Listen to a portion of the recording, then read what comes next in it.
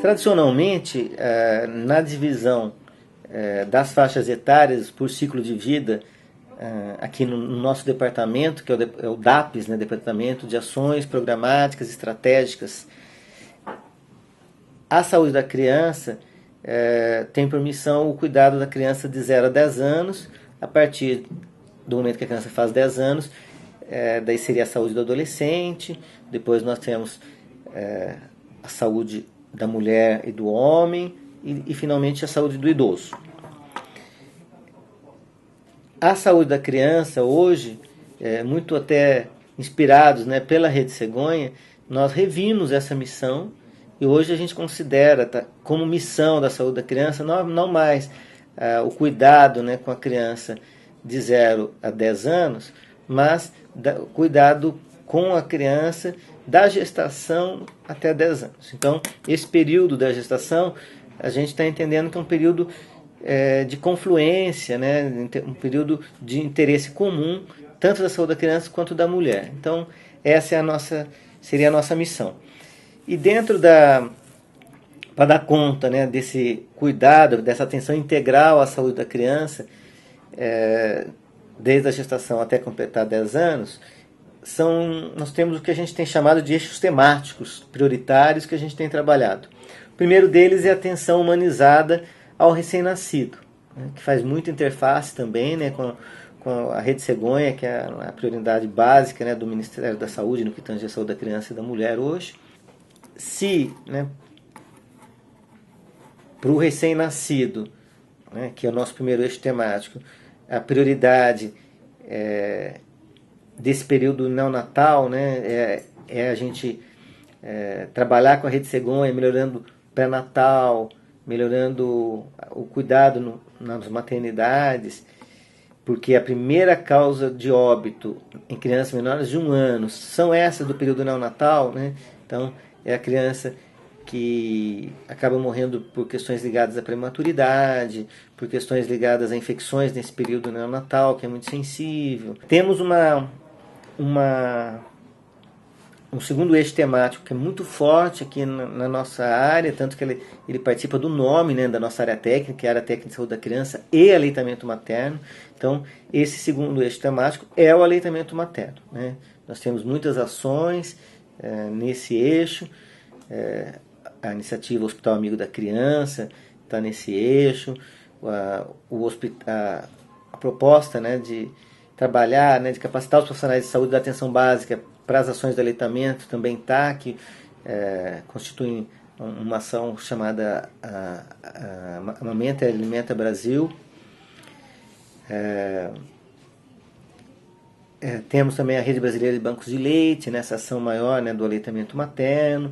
Temos as ações de mobilização social, né, com a sociedade civil, as nossas ONGs, que são a Semana Mundial de Aleitamento Materno, né, a comemoração da Semana Mundial, a comemoração da Semana de Doação de Leite Humano, né, onde a gente trabalha essa ideia, né, da importância da doação de leite materno, né, para os bancos de leite.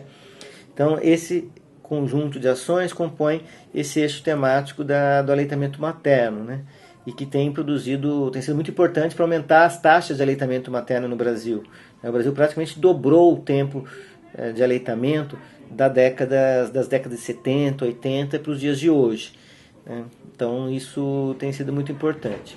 Outro eixo temático, que é o nosso caçula, né, é o eixo do desenvolvimento na primeira infância. Os países cada vez mais têm se dedicado a priorizar a sua primeira infância, inclusive não só no campo da saúde, mas com políticas intersetoriais, né?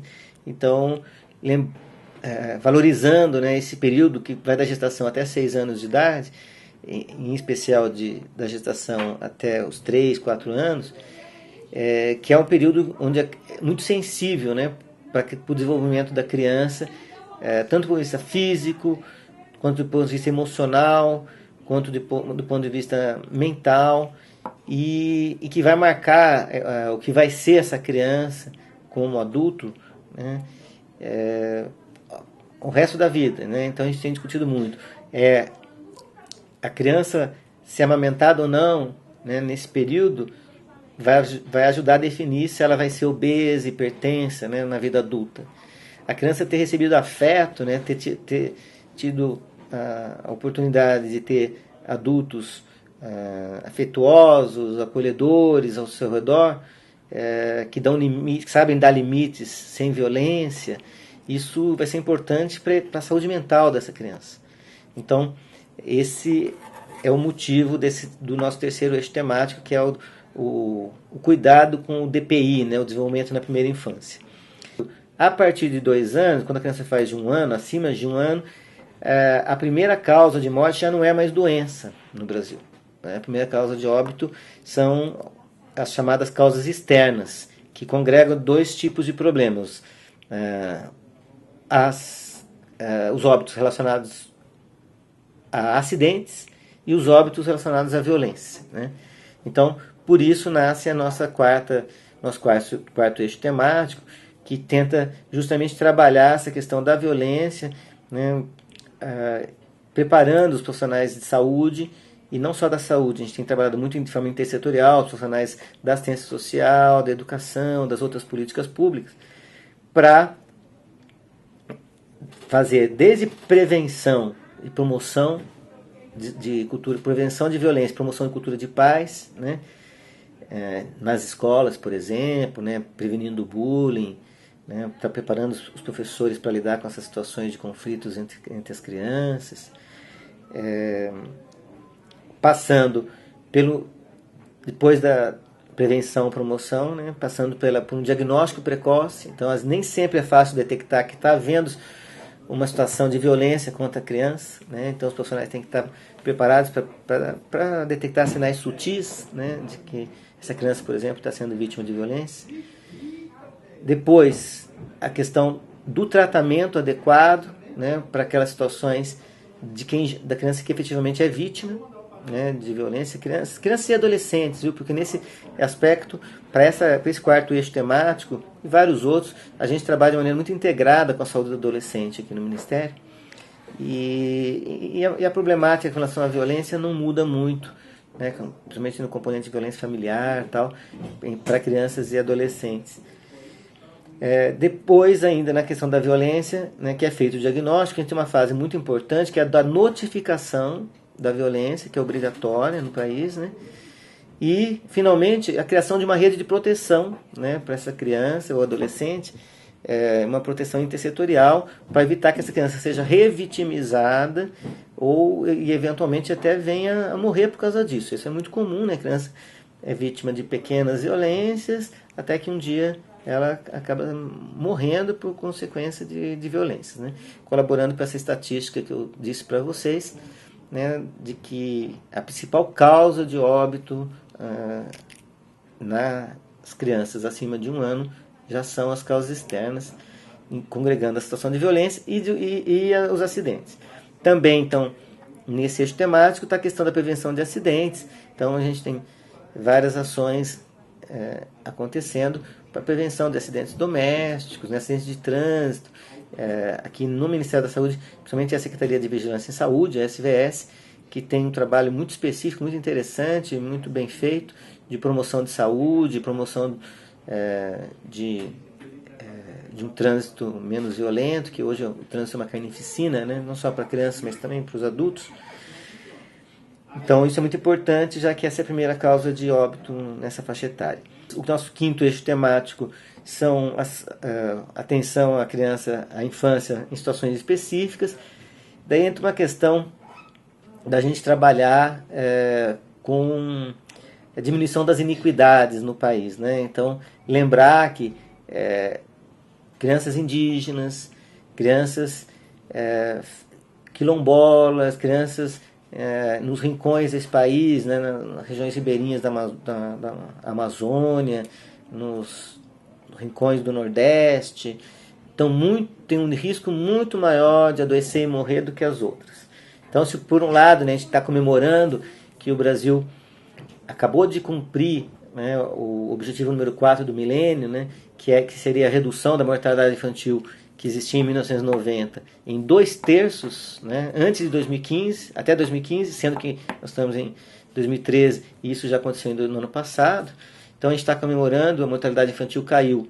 Ela estava em 47, né, para cada 1.000 crianças em 1990 e hoje ela está em 15. Né? Então uma redução importante, mas que se a gente for trabalhar com esses grupos específicos, entre indígenas, por exemplo, a mortalidade infantil está em 40, 50, 60, dependendo da aldeia, da região. Então, é uma dívida que a gente tem com essas crianças e a gente está tendo um foco especial, no caso, uma parceria com a CESAI, né, que o Ministério tem uma secretaria específica para cuidar disso, é a Secretaria da Saúde Especial de Saúde Indígena, e com a qual a gente está trabalhando integrado, né, com várias ações tentando diminuir isso.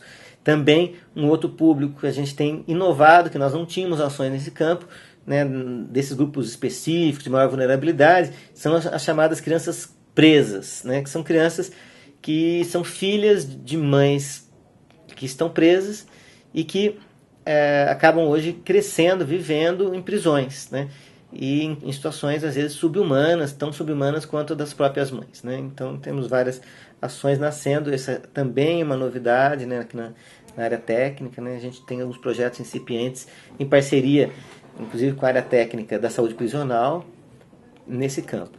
E finalmente, o nosso sexto eixo temático é o trabalho com as doenças e agravos prevalentes, então principalmente diarreia, pneumonia, que no Brasil diminuíram muito, né, por isso que o Brasil conseguiu cumprir o objetivo do milênio de redução da mortalidade na infância, de 0 a 5 anos, e na infantil, de 0 a 1. Mas em muitos locais ainda persiste como um problema grave. Né? Então, para isso a gente tem uma estratégia que é preconizada pela OMS, que é o chamado IDP, essa sigla significa Atenção Integrada às Doenças Prevalentes na Infância, que tenta capacitar os profissionais da atenção básica, principalmente médicos também, mas em especial profissionais de enfermagem, para avaliarem, fazer a avaliação de risco, né, das crianças e diagnosticarem precocemente situações de gravidade, né, para que medidas já possam ser tomadas na atenção básica e aquelas medidas que não puderem ser tomadas na atenção básica, essa criança possa ser encaminhada precocemente.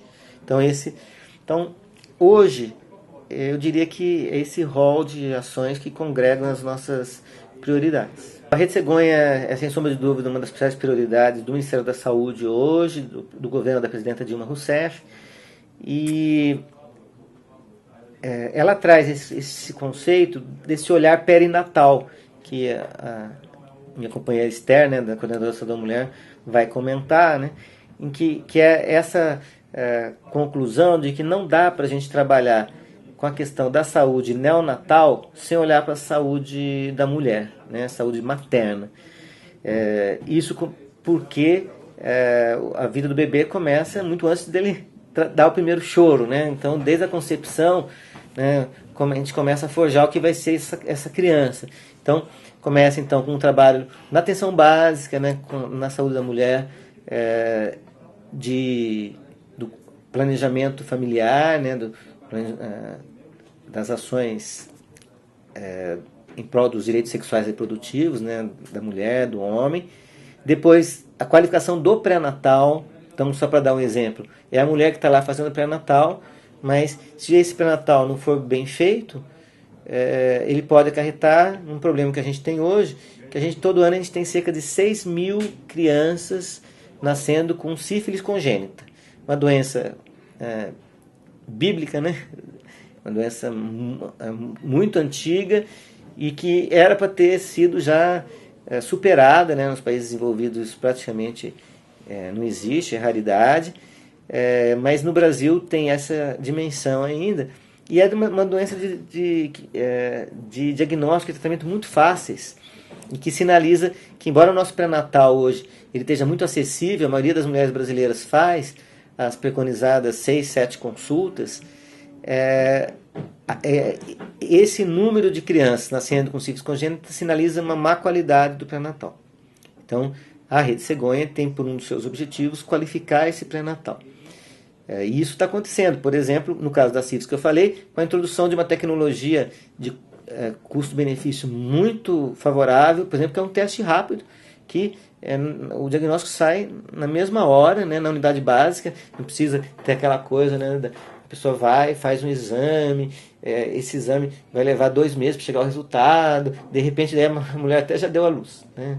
Então isso vai superar, né, essa ação da Rede Cegonha, por exemplo, vai ajudar a superar essas dificuldades, mas não vai adiantar nada se o profissional não tratar. Né? Então tinha toda uma resistência, os profissionais fazerem a injeção, né, que é a psilina benzatina, né, pelo receio de reações, tal. Então estamos trabalhando com os profissionais sobre a segurança da penicilina benzatina, a importância de fazer, porque com uma injeção ela vai curar essa mãe e impedir dessa criança nascer com a doença. Depois, na maternidade, a gente tem grandes desafios, porque grande parte das maternidades brasileiras ainda tem graves problemas na qualidade da atenção, tem práticas tanto obstétricas quanto neonatais que não são baseadas em evidência e o pior de tudo, acabam sendo desumanas, e que então a gente tem uma série de ações voltadas para isso, desde, por exemplo, para trabalhar com o excesso de cesáreas, né, no Brasil. Então tem a questão da gente incluir na equipe multiprofissional o enfermeiro obstetra, né, que vai nos ajudar a que partes de gestações de baixo risco que não precisam de cesárea, não virem cesárea, né, desnecessariamente. Do ponto de vista do parto, garantir o cumprimento da lei do acompanhante. A mulher tem direito a ter um acompanhante, e parte dos hospitais no Brasil não respeita essa lei. Então estamos nessa campanha, temos evidências de que isso diminui a presença de um acompanhante, tranquiliza a mulher, traz uma série de benefícios emocionais que vão fazer com que o tempo de duração do parto possa ser diminuído, as complicações como a cesárea, né, pode também ser diminuída, a necessidade da mulher de usar analgésicos é diminuída se ela tem um acompanhante ali segurando a mão dela, né, dando aquela força. Então, isso na Rede Cegonha é uma prática que também tem sido muito estimulada. Também acompanhante do bebê, nós temos uma situação assim absurda ainda hoje em dia, que é bebês que precisam ficar internados em UTI neonatal, muitas vezes ficam sem suas mães, seus pais, né? Não é permitida a presença deles, sendo que o ECA, no Estatuto da Criança e do Adolescente, diz claramente que a criança tem direito a ter um acompanhante, né, durante a sua internação. Né? E isso não é só a criança grande, o bebê também recém-nascido também. Mas isso é uma mudança cultural, né? Grande parte das UTIs no país não permitem, né, que pai ou mãe fique, né, junto do seu bebê. Então, a gente já, além da lei dizer isso, o Estatuto da Criança dizer isso, nós temos uma portaria nova, né, que a gente lançou no ano passado, do Ministério da Saúde, que diz com todas as letras que, resumindo, né, pai e mãe não são visita. Então, eles podem entrar a qualquer momento para visitar seu filho, e um deles tem direito a permanecer o tempo todo com o seu bebê. Né? Então, essa é outra grande meta, né, que nós temos na Rede Cegonha. E depois, né, com a criança tendo alta, né, do hospital, né, primeiro antes da alta, né, que ela seja amamentada na primeira hora, né, que ela tenha esse contato pele a pele, que os profissionais de saúde diminuam a sua ansiedade, que sigam o protocolo de reanimação neonatal da Sociedade Brasileira de Pediatria, que diz claramente hoje que essa criança nasce bem, não tem necessidade de sair correndo com ela para fazer uma série de procedimentos que podem esperar. Então, esses primeiros minutos são essenciais para a construção de uma relação mãe-bebê adequada, um vínculo que seja forte, que nasça saudável. Então esse contato pele a pele, né, nos primeiros momentos, que o bebê seja amamentado, é muito importante, né, vai trazer consequências para o resto da vida para esse bebê. Depois, com o bebê tendo alta, vem a necessidade de a gente fortalecer o acompanhamento desse bebê na atenção básica. Uma coisa importante, né, que é uma oferta do Ministério na atenção básica hoje, que é o Programa Saúde na Escola. Né? Hoje o Programa Saúde na Escola ele se estendeu, né? Não é mais só o trabalho da atenção básica apoiando as escolas, né, fazendo parceria com as escolas do território, né, as escolas do ensino fundamental, mas hoje também as que está envolvendo as creches e as pré-escolas. Então, uma outra oferta estratégica, né, tanto do Ministério da Saúde quanto do Ministério da Educação, considerando que o Programa Saúde na Escola, o PSE, é uma parceria dos dois ministérios, e que a gente, então, entende que é um momento crucial para a gente estar fazendo um grande investimento nessa faixa etária da criança, ainda na primeira infância, e principalmente depois dos 6 anos, quando ela entra na escola. A escola pode ser um local maravilhoso, né, do ponto de vista de descobertas da criança, de aprendizagem e crescimento, amadurecimento, mas ela pode ser um local também de muito sofrimento, né, vide as situações de bullying que hoje proliferam, né, e nós da saúde, junto com o setor escolar, né, o setor da educação, temos uma missão importante de estarmos fomentando isso que a gente chama, né, da cultura da paz, né, prevenindo violência, já que a gente está cansado de ver exemplos na imprensa, né, dessas situações de adolescentes, jovens que um dia voltam na escola e matam todo mundo, né? Por que será que isso acontece, né? Grande parte desses casos, a gente vai olhar lá atrás, foram crianças que diria que pegaram ódio da escola, né, do sistema educacional, dos colegas, porque eram maltratadas. Então a gente, na saúde e na educação, a gente tem um papel de garantir que as escolas sejam um espaço agradável, um espaço de saúde, né, um espaço de convivência pacífica, né? E isso nem sempre é natural, né? Se a gente não houver um trabalho proativo de profissionais de saúde e educação, isso muitas vezes não acontece. Então eu acho que é uma oferta grande, importante, que está crescendo na atenção básica, e a gente, na saúde da criança, temos uma parceria forte, embora nós estejamos em outro departamento, que é o DAPS, com a equipe do PSE, na atenção básica, em prol dessa ação.